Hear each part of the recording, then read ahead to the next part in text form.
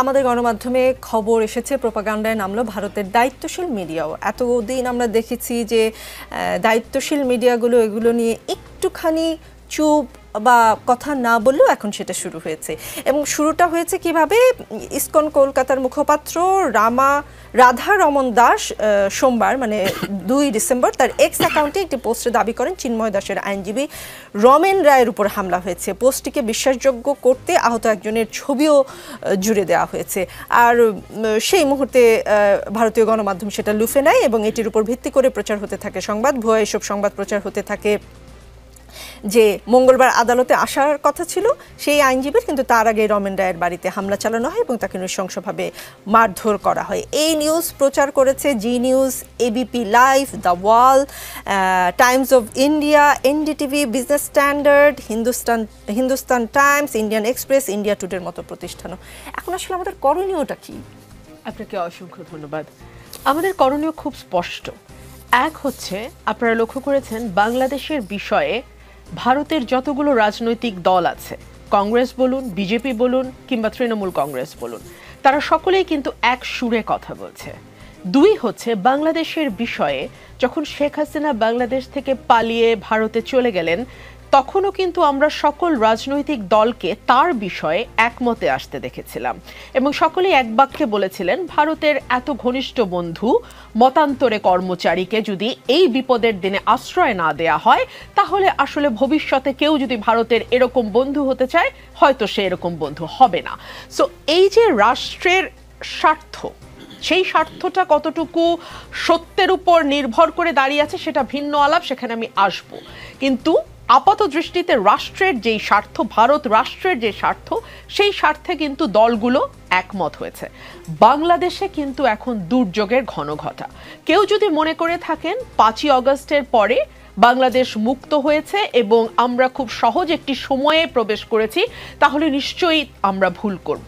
5ই অগস্টের পরে পরিস্থিতি আরো অনেক বেশি ঘোলাটে হয়েছে, নানান কারণে হয়েছে। অনেক ভেস্টেড কোয়ার্টাররা ঘোলা পানিতে মাছ শিকারের চেষ্টা করছে, জাতীয় এবং আন্তর্জাতিক ষড়যন্ত্র আছে এবং রাজনীতির থেকে রাজনীতিবিদদের দূরে সরাবার একটি গুঞ্জনও শোনা যাচ্ছে। সো এই সকল কিছুর বিবেচনায় বাংলাদেশের রাজনৈতিক যত দল আছে সকলকে এক প্ল্যাটফর্মে আসতে হবে। দেশের সার্বভৌমত্বের প্রশ্নে, দেশের উন্নয়নের প্রশ্নে এবং দেশের গণতন্ত্রের প্রশ্নে বিদেশি যেই চক্রান্তগুলো চলছে সেটাকে রুখে দিতে হলে এক প্ল্যাটফর্মে আসতে হবে, ঐক্যমতে আসতে হবে। 2 হচ্ছে, বাংলাদেশের পলিটিক্যাল পার্টিগুলোকে বুঝতে হবে এটি কিন্তু এখন আর বাংলাদেশের অভ্যন্তরীণ বিষয় নয়। অনেকেই এটাকে মিস ইনফরমেশন বলছেন, আমি এটাকে ডিসইনফরমেশন বলি।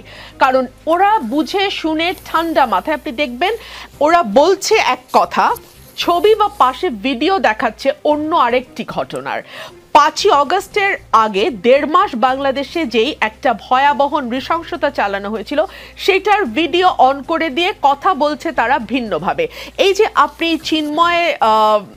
চিন্ময় সাহেবের লয়ারের কথা বলছিলেন, রামেন, যেই তিনি চিন্ময় সাহেবের আইনজীবী নন, অ্যাবসলিউটলি তিনি একেবারেই লয়ার, আইনজীবী নন এবং এটা ফ্যাক্ট চেকার দিয়ে বের হয়েছে। তার আইনজীবী, যিনি আইনজীবী হিসেবে মামলাটি লড়ছেন, তিনি শুভাশিস শর্মা। অ্যাবসলিউটলি। সো এরকম একটি দিনের আলোর মতন স্পষ্ট বিষয়কে যখন পাশের একটি দেশ অগ্রাহ্য করে এবং তারা তাদের মতন করে, যা বলে না টার্নিং আ ব্লাইন্ড আই, তারা একেবারে চোখ বন্ধ করে কান বন্ধ করে তারা এক পথে তারা যাত্রা শুরু করেছে এবং সেটি মিথ্যার পথ, সেটি তঞ্চকতার পথ, সেটি ভুল পথ, কিন্তু তারা যাচ্ছে, এটাই বাস্তব।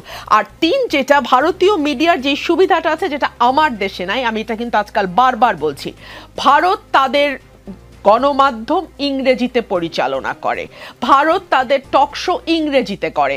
সেই কারণে ভারতের একটা চ্যানেল খুব সহজেই মার্কিন যুক্তরাষ্ট্র কিংবা যুক্তরাজ্যে পৌঁছে যায়।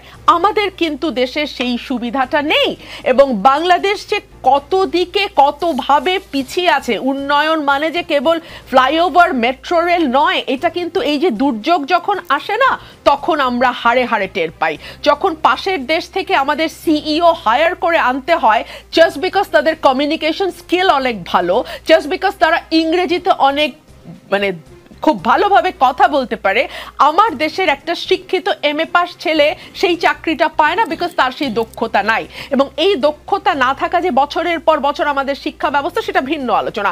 তো যাই হোক, যেটা আমি বলছিলাম যে বাংলাদেশ আসলে নানান রকম ক্রাইসিসে আছে, এবং জাতীয় ঐক্য ছাড়া এই ক্রাইসিস থেকে উত্তরণের এই মুহূর্তে কোনো পথ আছে বলে আমি মনে করি না।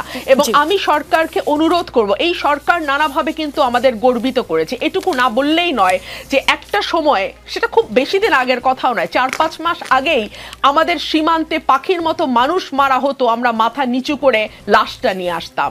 এটা খুব বেশি দিন আগের কথা নয় যে তিস্তার পানি নিয়ে আমার সরকার একটা শব্দ উচ্চারণ করে নাই, ফেনী নদীর পানি দিয়ে এসছে। এটা খুব বেশি দিন আগের কথা না যে ট্রান্সশিপমেন্টের নামে সড়ক, রেল এবং নৌপথে আমরা ভারতকে অবাধে যাতায়াতের সুযোগ করে দিয়েছি।